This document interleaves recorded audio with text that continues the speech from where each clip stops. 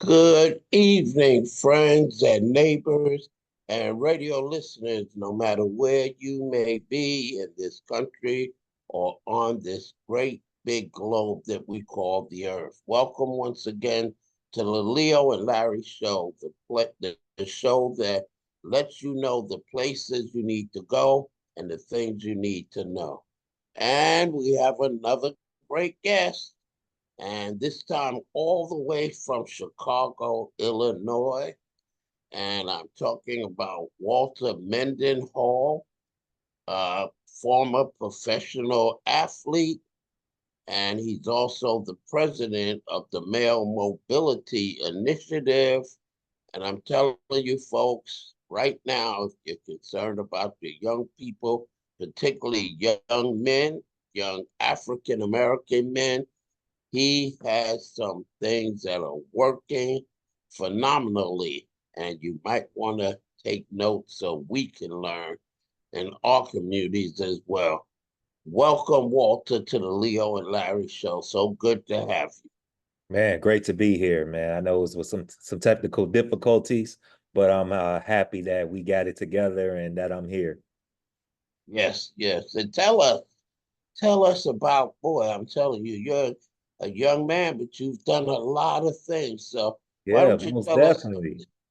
something about your upbringing and your journey through life and how you wound up where you are today. Yeah, most definitely. So, my name again is Walter Mendenhall, the president and executive director of the Male Mogul Initiative.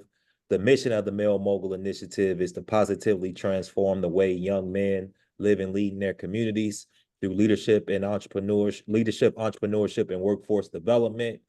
Um, Originally from Chicago, Illinois, grew up early childhood on the south side of Chicago, in what you would call the under-resourced neighborhood or the hood, quote unquote. Um, Mm-hmm.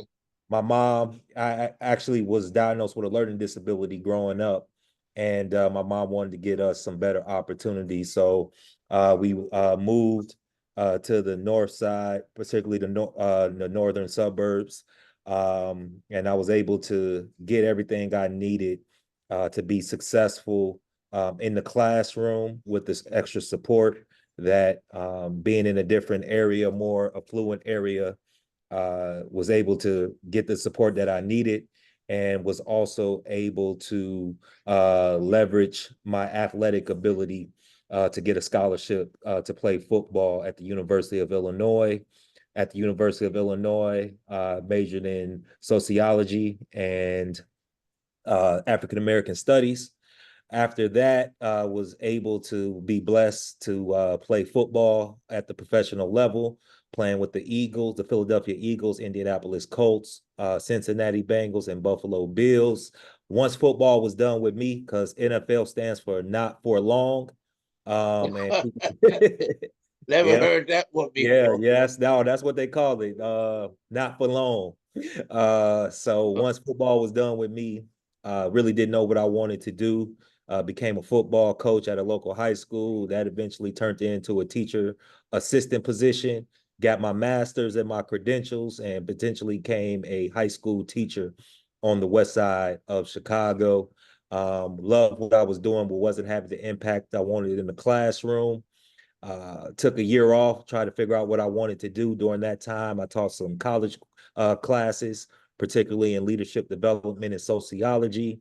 That turned into a nonprofit position where I was a team program director in statistically the most dangerous neighborhood in Chicago. And it was there where I found my calling, which is the Male Mogul Initiative. Remember going into a career day, meeting a young man, great young man, honor roll student, basketball player, very well respected in his school, but he sold drugs to get the things that he wanted. And I thought to Mhm. myself, how many young men in this city have the gift, skills, and talents to be successful legal entrepreneurs, but don't have the exposure, the opportunity? And the Male Mogul started with 5 kids at a local church in 2017 and has blossomed to serve over 3,000 young people, provided over 200 plus jobs. In 2022, we were Chicago Innovation Award winner. Wintrust Bank Neighborhood Award winner. 2023, we're MIT Solve semifinalist award winner. And in 2024, which you guys were present, we opened up Chicago's first small business incubator for youth and young adults called CoLab. It's a place where film, arts, and enterprise meet. And our thing is our most, what I call valuable capital is our creativity, especially as Black people.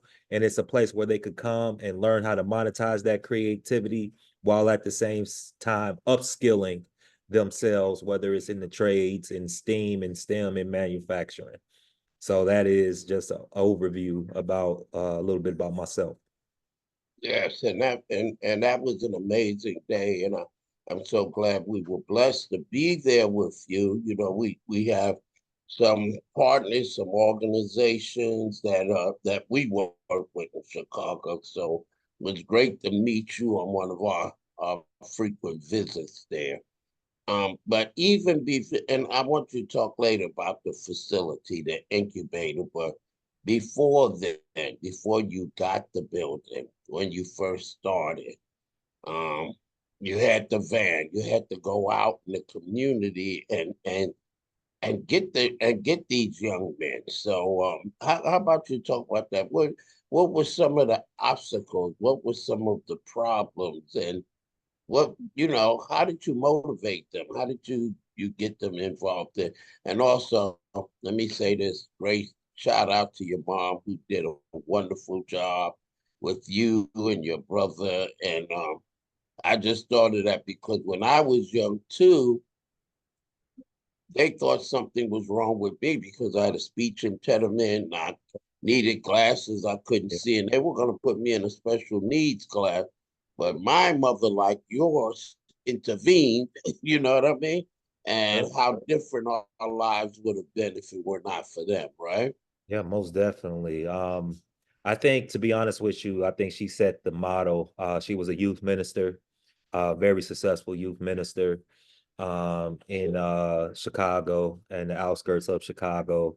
And she kind of gave me the blueprint on how to captivate young people, particularly setting the atmosphere, um, inspiring them, and being relatable and teaching lessons that they can comprehend. I think sometimes, uh, I'm just going to take the church setting and then how I do it outside of the church. We preach these words for adults and they're not particularly catered towards kids. So therefore, sometimes kids don't relate or they feel detached to the lesson. So my mom, as a youth minister, tried to incorporate lessons, music, terminology that could get the young people to be more relatable and to teach biblical principles through some innovative ideas. So in the same turn, that's kind of what I have done in reaching young people. I think one of the things that I had going for myself that would get their attention is myself being a former athlete, playing in the NFL. But that will give you a few minutes, but then you got to say something that can draw them. And what I have noticed, particularly for young men, is that they have no sense of self or identity.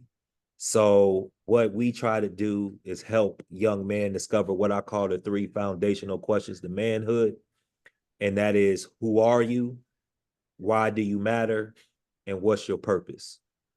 Wow. And that is inside out approach. I think a lot of times people want to offer a service, give them something, um, give them a job or, give them this training, but they got to understand who they are on the inside. They got to understand their identity. And once they understand their identity, you got to help them to identify their gifts, skills, and talents. Once you help them to identify their gifts, skills, and talents, you got to give them a problem to solve, or they find a problem that they want to solve. And I think the unique and kind of how we do things and our unique niche is that we help them to monetize that problem that they want to solve.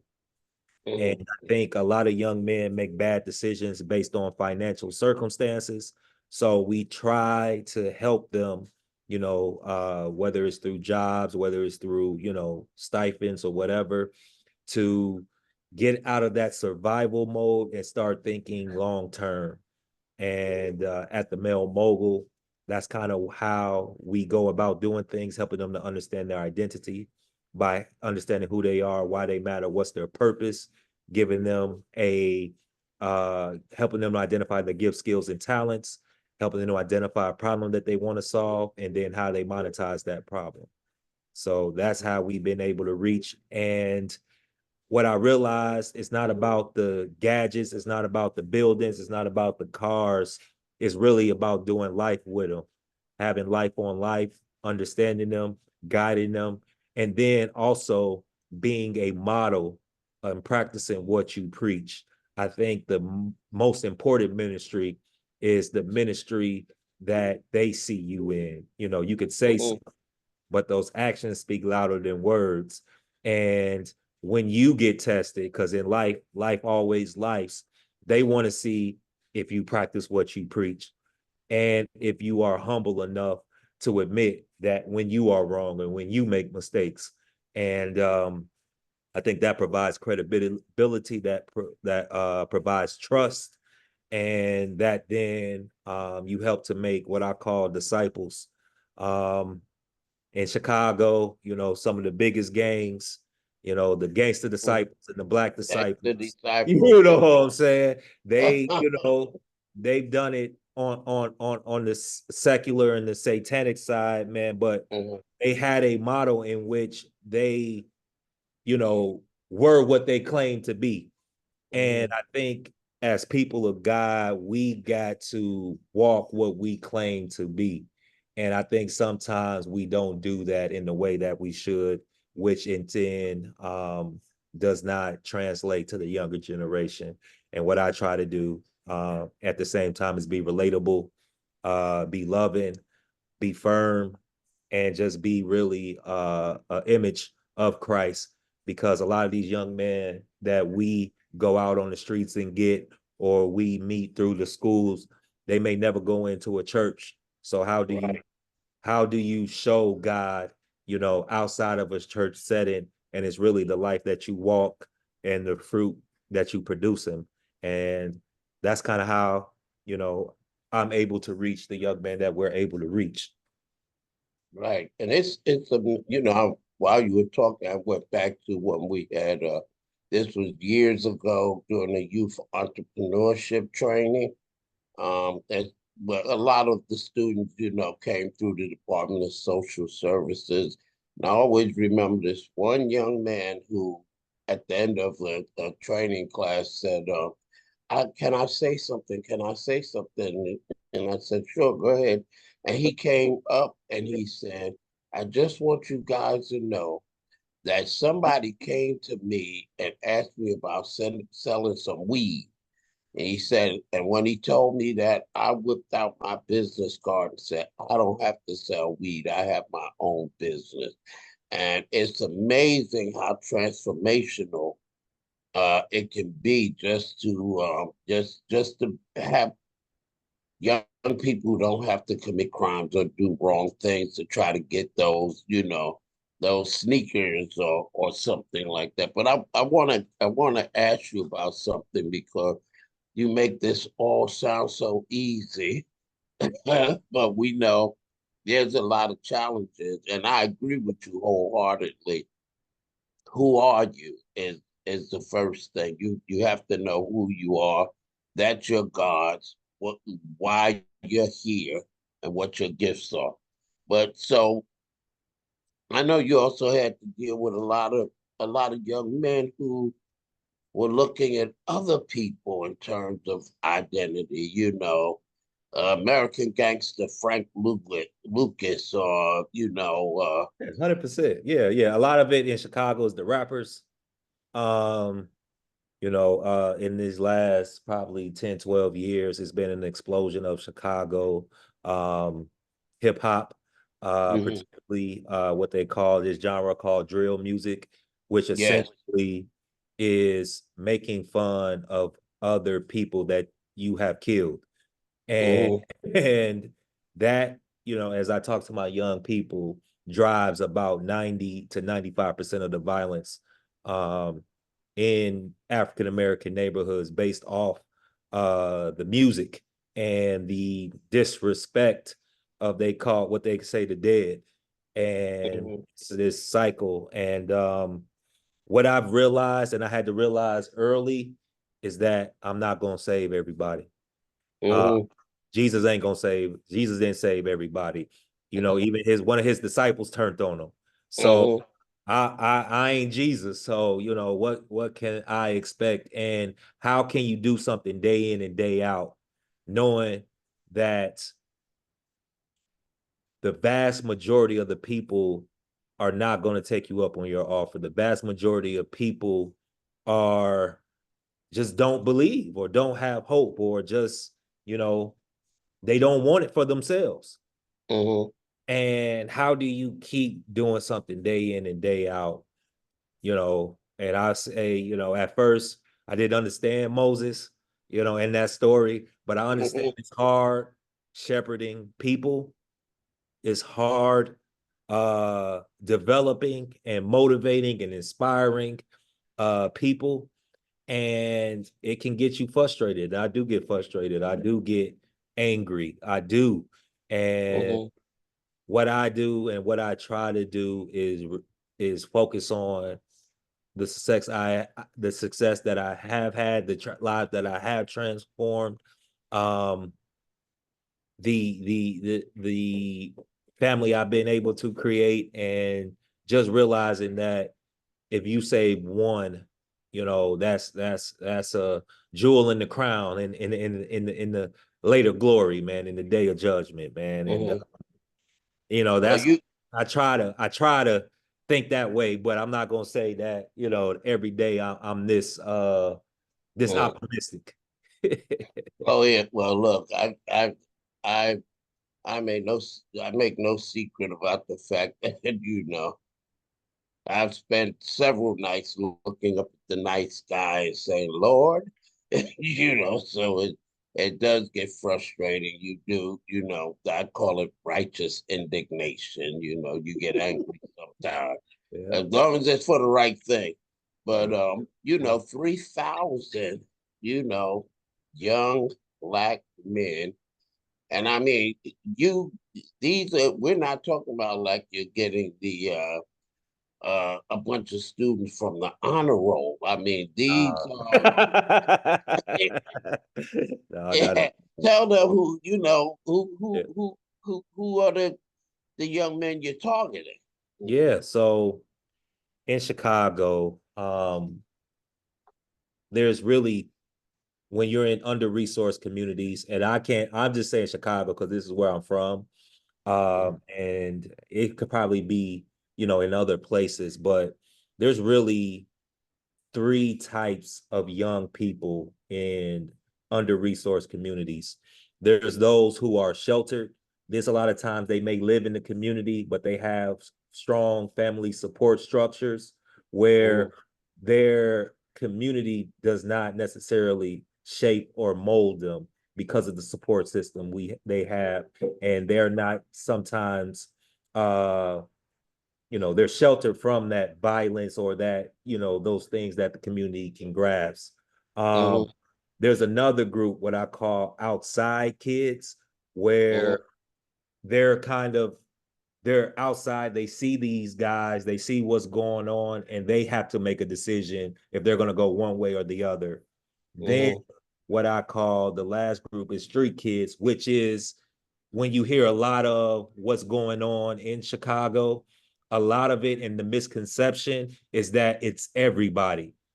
It's Mm-hmm. not everybody, it's not every young black man. It's probably, I would say, anywhere from 3 to 8% of young men, but that gets the headlines. And these are what I call the street kids, which, Mm-hmm. you know, they're, 2, 3 generations deep. Their father was game beggar in prison. Their granddaddy was a game beggar. They was in prison. They Mm-hmm. have very poor family structure. and it's they're living in a community where a gun is easily accessible. And what I try to do is that I necessarily try to get the kid what I call is on the margins, which are literally those outside kids, because those Mm-hmm. outside kids, they have that decision to make, right? My time is limited, my resources are limited, so I have to go after the kid that I feel has the desire to change, or is looking for something positive in the midst of negativity, and they could find that, they will gravitate towards that. So Mm-hmm. that is the kid that I try to get, what I call the kid on the margins. This is a kid that has a 1.8 GPA to a 2.5 GPA, determining whether he's going to join the gang or not. May sell drugs, may not sell drugs, just that type of kid that has some leadership ability and some influence amongst their peers. Because what I realized our program is for leaders and not necessarily followers. Um, and what I realized is that if you can get the guys that have influence, you Mm-hmm. if you can influence them, then you can influence 5 or 10 other guys, because those 5 or 10 other guys look up to that guy. So I try to, you know, create, I try to be the leader that other leaders want to follow. So I'll say that again. I want to be the leader that other leaders want to follow, particularly young male leaders, whether it's Mm-hmm. negative or positive. If they have some influence, they have some leadership, and they're looking for a different direction, the male mogul is the place for them. That's right. And even sometimes, because again, you took me back to another incident where we were working with a mentoring program in a neighboring county, and there was this one little boy. He was so bad, and the parents were just like, our mentors were like, we should just stop him from coming in. I'm like, why? He's so bad. All the kids they're all good and well behaved until he comes in. I'm like, he's a leader. What we need to do is give him some responsibility and let him know that if he doesn't make sure that the other kids are doing what they're supposed to do, then they're not going to get the trip or the ice cream or whatever, whatever the incentive was. And so sometimes when you say those kids who are on the margin, those outside kids, some of them sometimes may have exhibited some bad Oh, behavior, 100%. Yeah. but Oh, you yeah. Most of the still have time to they have go after exhibited bad behavior, but they are leaders. And you can, them. like you said, give them some responsibility, give them really, it is really belief. Hmm. You can believe in them. And a lot of times those kids don't have nobody believing in them because they've been labeled as something, and Hmm. it's a self-fulfilling prophecy. But like you can see something in somebody, and I feel like I got that same gift, in which if you cultivate that, you can get Hmm. somebody that can really change the direction of people, influence people. Yes, absolutely. And we both come at it from a faith perspective too. And so it's not about having faith in just what God will do for you, but having faith in other people too, to be 100%. able to, have transformation in their lives. But let's talk about the collab, because that I'm gonna tell you, Walter, I had to do some repenting and ask the Lord to forgive me, because I went into your space and I got a little jealous. You know what I mean? That's a great space. So why don't you talk about the collabs? And Yeah. because now that you had them off the street, you had things for them to do, but you didn't have the facility that you Yeah. had to have Yeah. today. So how did you get that? How did you I'm a, get I'm, that I'm off a, the street? and I'm gonna take it to faith, right? This, God says, man, if you're faithful with few, Yeah. he'll make you, you know, uh, a leader over many. And Mm-hmm. to be honest with you, for about 2, 3 years, I was teaching out of a vacant storefront. Mm-hmm. And I was faithful in teaching out of a vacant storefront. I'm talking about, if you ain't know better, you probably thought we was dealing drugs in there. Like a whole bunch of kids will come in Mm-hmm. there, it's cardboarded, all plastered up. You go inside, no running water. It did have electricity, but I actually, for years, taught out of a vacant storefront. Mm-hmm. And I treated that vacant storefront like it was the collab. You know, before the vacant storefront, it was a community center room that looked like a jail cell. And, Mm-hmm. and I was faithful in that. I painted it. I put the chairs in. I bought this. I made it smell good. Like, it wasn't something that came overnight. God gave me a room that looked like a cell, and I made it into something a kid would want to be in. Then Mm-hmm. he gave me something bigger at a community center. Then, I went to a shared incubator space, and I had too many kids, and the adults ain't like that, but they had a vacant storefront on top of the, you know, little shared workspace that Mm-hmm. was essentially vacant, and it looked like a vacant. So I made that. I got a couch. I cleaned it up. I did these things, and I acted like it was, a real store or a real building, is which it was. But I think I had vision instead of sight. Mm-hmm. So long before the collab even came to existence, I knew it was going to be in existence. I treated every space that was given to me like it was the collab, and Mm-hmm. I was just faithful with the few things that God gave me, and eventually He gave me an opportunity to open that collab. And then even before that, it was nothing but a dirty, dingy, you know, space that nobody had a vision for. And Mm-hmm. I thank God for, a lot of people live in sight, but I live in vision. A lot of people can see a vacant storefront. A lot of people can see a vacant home, and they see, dilapidation. They see ghetto. They see poverty. I see opportunity. I see dollar signs. I see life. Um, and I just think God has honored that. And I have, been at the right place at the right time, met the right person, got the right deal and the right support at the right time. And it was able to, create Chicago's first small business incubator for youth and young adults. We have manufacturing equipment, even how we got the manufacturing equipment. It's all been a God thing. And, Mm-hmm. um, I'm just grateful, but I also understand, faith principles. And I think, a lot of people, I don't think a lot of people read their Bible, man. I think a lot of people just hear the preacher, they take it for face value. But Mm-hmm. if you actually apply these principles, and they're hard to apply, I'm not going to say it's easy, but God's promises don't change, and what He says He gonna do, He will do. It's just, do you have the endurance to Mm-hmm. withstand?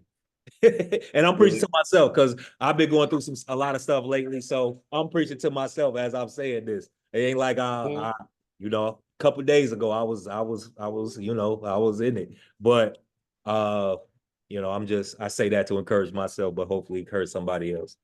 Oh yeah. Well, you have to have vision. I tell you, here's a man of God. Many people know Adam Clayton Powell. My favorite quote from Adam Clayton Powell is, "I see the unperceivable, I hear the inaudible, and I touch the intangible." Yep. That is the things that you can't see with your physical eyes or hear. Those are the things that you strive for. And then it materializes. It Yep. materializes. God makes it real. So you have manufacturing in there. You have some graphic art and silk screening. I The think silk you. screening, yep, 3D printer. We recently bought some drones. So we're coding and flying drones right now, developing business with drones. Um, and basically what we're doing, we're exposing our people to something that they necessarily don't get access to. And we're helping to expand their mind and we're helping them to reimagine, you know, what they can do and what they're capable of and expose them to different opportunities. Absolutely. It's we talked a little bit about, we can learn from you, you can learn from us, and so most definitely, we want to make sure that happens because we have young men who are in need, who are in danger, not only in Chicago, here in Florence, and at this point in the United States, probably every city and town in this country, 100%. Yeah. So tell us about some of your successes. I remember the young man, the youngest what he's the youngest real estate owner Yeah, or so landlord. yeah, man, I got so many stories, man. I'm just gonna give you two. Uh, Okay. One of my guys, Brayson Gilbert, Brayson had him since he was 16 years old. Met him when I was doing some mentoring at Diet High School. So Diet High School, if you don't know the history of Diet High School, and it's kind of, you know, it's sad, but it's a reality specifically in northern cities where a lot of during the Great Migration, a lot of Black people populated to and Mm-hmm. really had a lot of success, but whether it was, welfare policies, whether it was drugs or whatever, these communities that were once prospering or people moving out because they got different opportunities and segregation and racism ain't what it was when, my great grandmother came here in 1928 after, my great grandfather was lynched in Brookhaven, Mississippi. Mm, Um,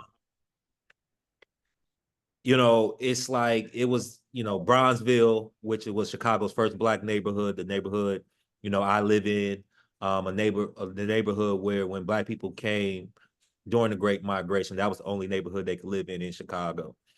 And this is where some of the first Black banks, some of the first Black millionaires, mm-hmm.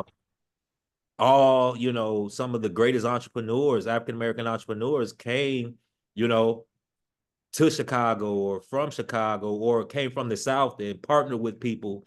All of us really came from the South, and just Mm-hmm. Chicago was just his birthplace. And Bronzeville in particular was just this place of just innovation, of creativity, of business, of commerce. And over the years, it's become this place of um, dilapidation and pain and sorrow and poverty. And a couple of our guys came. Walter H. Dyer was a famous music conductor here in Chicago, came from the South, and was really like one of the most dynamic band directors. And he had and this is the high school that they went to, and this is who is named after, which a lot of our young people don't know our history and don't know some of these great people. But and I'm just going on a tangent, but I feel like talking today. Oh no, no. They Yeah. don't know Chicago was founded by a Black man. Oh yeah, exactly. Yeah, exactly. Let's let's even bring it to that, But Walter H. Dyer, great musician, great composer, made some of the greatest bands here in Chicago, particularly in our Black high schools, in Bronzeville. And this is the school that these guys went to, but since then the school was shut down because it was so dangerous, and it opened back up, and remodeled and everything.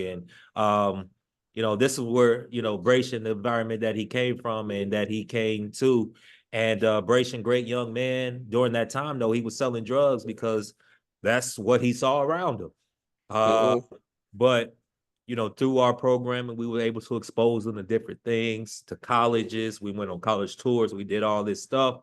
Eventually, he went to college, realized it wasn't for him, was had a baby on the way, and really just like, I'm really passionate about real estate. I really want to do, but he didn't understand real estate till he was exposed to somebody doing real estate through the Mail Mogul.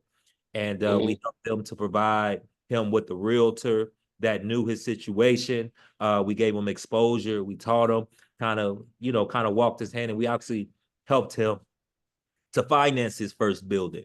Um, and he was the youngest person to close on a multi-unit at the age of 21, Mm-hmm. with one kid and another kid on the way. And he's actually on the way this year would be our first six-figure earner. So through real estate, through his acquisitions, he's on track to make six figures at the age of 22 years old. And Wow. that's just a testament to his hard work. I think his focus, now having, kids and, a stable relationship, in which, he's eventually, talking about this woman becoming his wife. Mm-hmm. But that's just one story.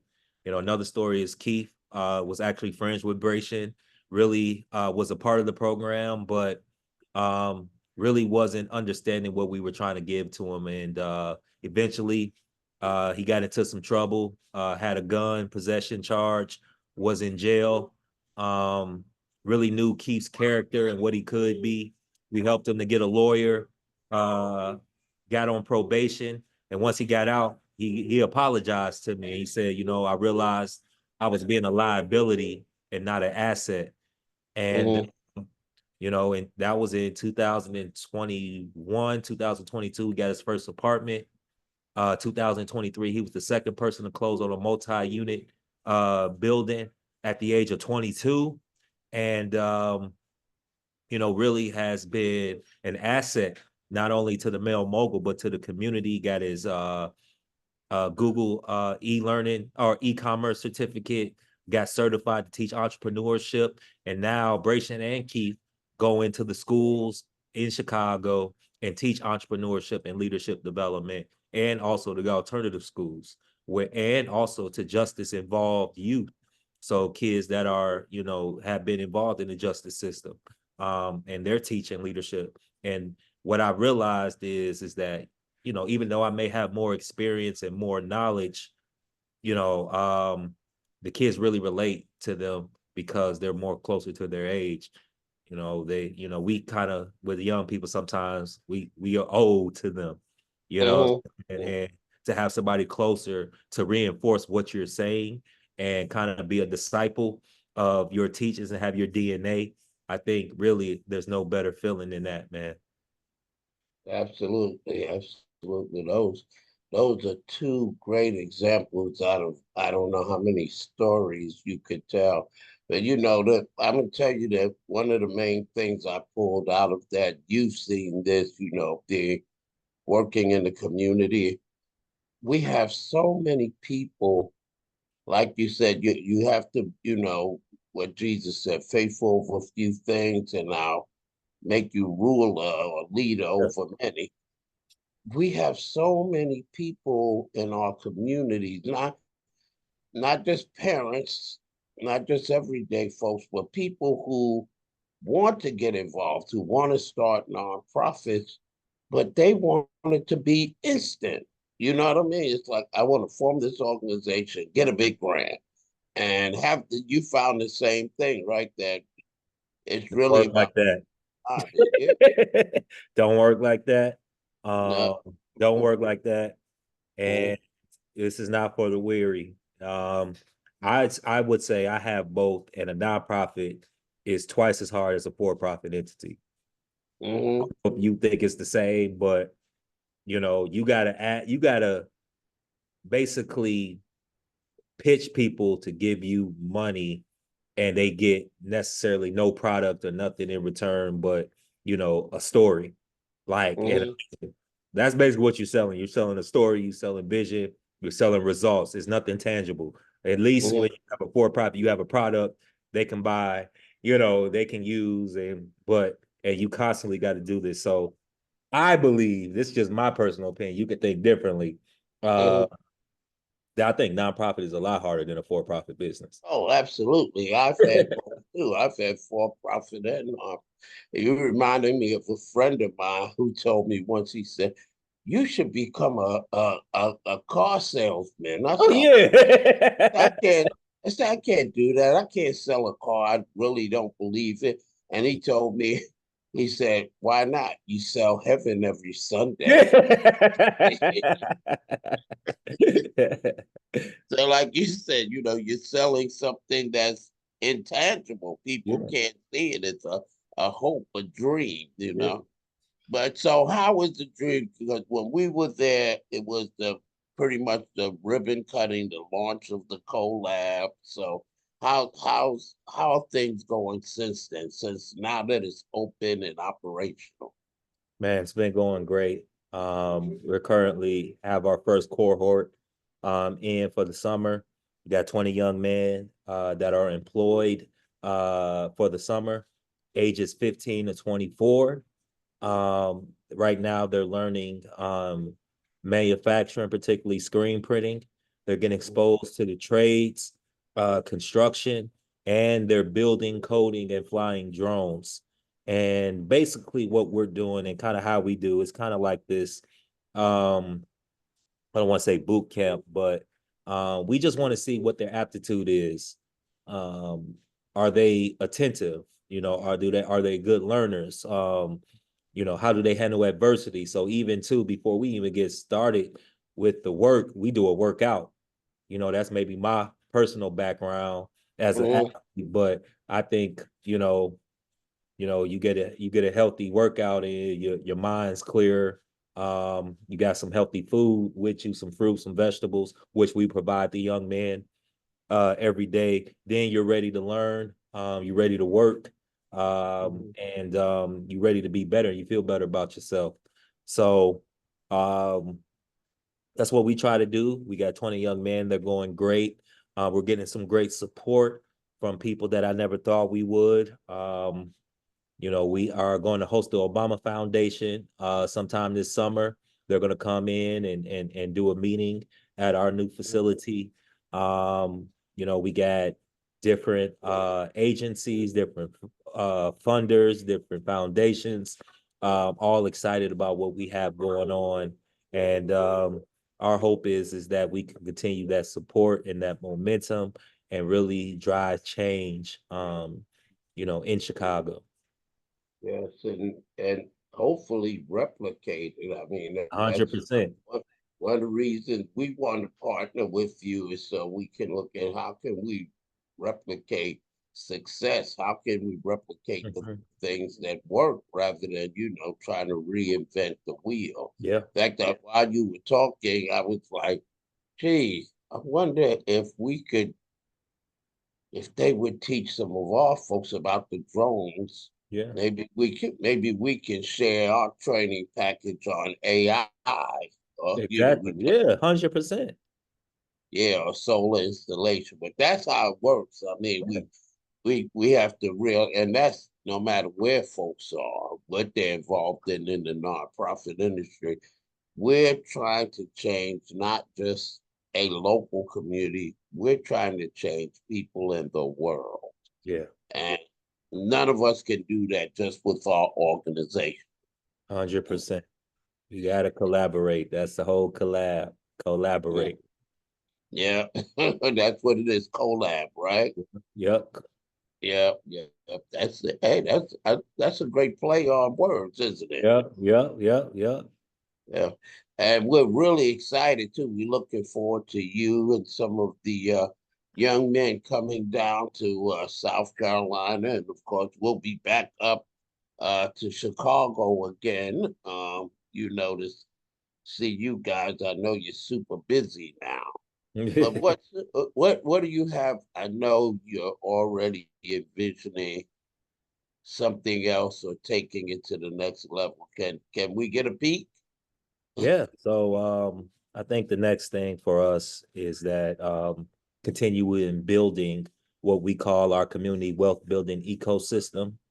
So the first part was the business incubation and acquisition. So that was the collab piece. Mhm. Now it's the finance piece. So we recently, I mean, not recently, but we have a fund called the Mogul Fund. This was the fund that provided some of the down payment assistance for some of our young men to acquire properties. Mhm. Um, and we were able to do that. So we're looking to scale that program to other communities in Chicago. And we are soliciting a partner that may be able to help us fund that and fund our Mogul Fund in order to do that. And we're actually looking to get some partial ownership in a financial technology company out of California Wow. um, that will help us to bring people to help people to access capital and also to create jobs in brokering. And I think a lot of times why we don't get the funding that we get, whether it's a loan or anything, we don't have the relationships with the banks. We don't have the Absolutely. relationships with the lenders. And as you Mhm. know, as somebody who has built a lot of stuff, when people are talking about giving you money, it's a relationship thing. It ain't, it's a relation. I'm sure you got not all of it, but a lot of it based on your relationship and who you are. And Absolutely. exactly. It's all on relationships. So what I realized is that we have to form relationships with lenders. And Mhm. us with the acquisition of this fintech company will help us to do that, will in turn help people to access capital. Wow. Yeah. Okay, that's something else I'm going to be picking your brain about. Yeah. But when we started off, I say this so often, but we've just scratched the surface with what you're doing and what you're positioned to do. But we're getting close to the time when the program has to draw to an end. Yeah. So I know a lot of folks would like to know more about what you're doing. So why don't you share with our listening audience? What are some of the what are some of the ways that people can reach out to you or see the work that you're doing? Yes, so you can contact our organization at area code 312-620-5889. You can follow us, or you can go to our website at Mail Mogul, MALE, Mogul, MOGUL, initiative.org, or you can email us at programs at mailmogulinitiative.org. Okay, that's is wonderful. And then I'll also do a shameless pitch. You're planning on being with us in October, the last Friday and Saturday of October, for creating a climate for change conference. And we hope you here a couple of days early, a couple of days later. We want to try to get you in front of some young people and others as well. So look to see what Brother Walter Mendenhall uh, in the PD area in Florence, South Carolina, later this year. So thank you so much, my friend, for coming on and giving people in our communities and young people hope. And Okay. if you want to reach out to me, Reverend Leo Woodbury, you know how you can do it. You can go to info@newalphacdc.com. Remember to go to our website, newalphacdc.com.